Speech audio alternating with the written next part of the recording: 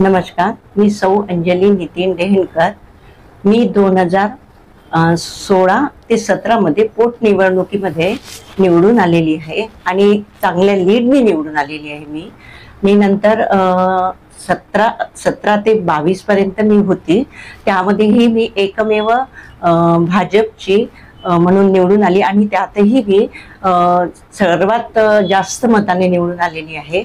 आताही तसाच विश्वास मला भाजपाने दिला तर मी त्याचं संधीचं सोनं करेल। माझ्या एरियात जे कामं झालेले आहे ते कामं अर्थातच माझ्या गावात झाले पाहिजे असं मला वाटते। तसे चरणभाऊंनी आमदार माननीय चरणभाऊंनी केलेलेच आहेत, तसेच कामं मला करायचे आहे म्हणून त्यांनी मला त्यात योग्य समजावं आणि तशी माझ्यावर विश्वास दाखवावा, ती जबाबदारी माझ्यावर द्यावी असं मला वाटतं।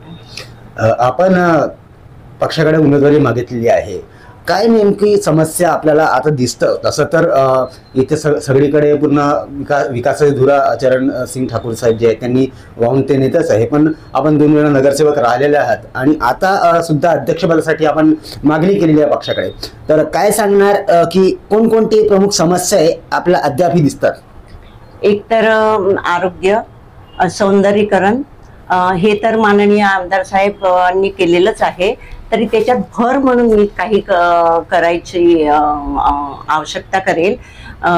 आरोग्यही आहे त्याच्यात, दुसऱ्या काही शैक्षणिक दृष्टीने सुद्धा मी तो प्रयत्न करेल। बरं,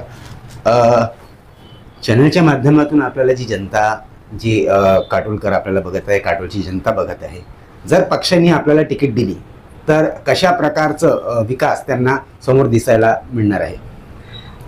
एक तर आधुनिकीकरण मी करेल, स्वच्छता अभियान चालवेल, त्यांसाठी काही हास्य क्लब आहे, आणखी काही गोष्टी आहे, जिम आहे, जे गरीब वगैरे काटोल मधले आहेत ते जाऊ शकत नाहीत, तेव्हा त्यांच्यासाठी जिम फ्रीमध्ये जिम ठेवण्याचा मी प्रयत्न करेल आणि आरोग्यासाठी नक्कीच मी प्रयत्न करेन। नारी सशक्तीकरणाकरिता आपले कशा प्रकारचे पाऊल असणार आहे?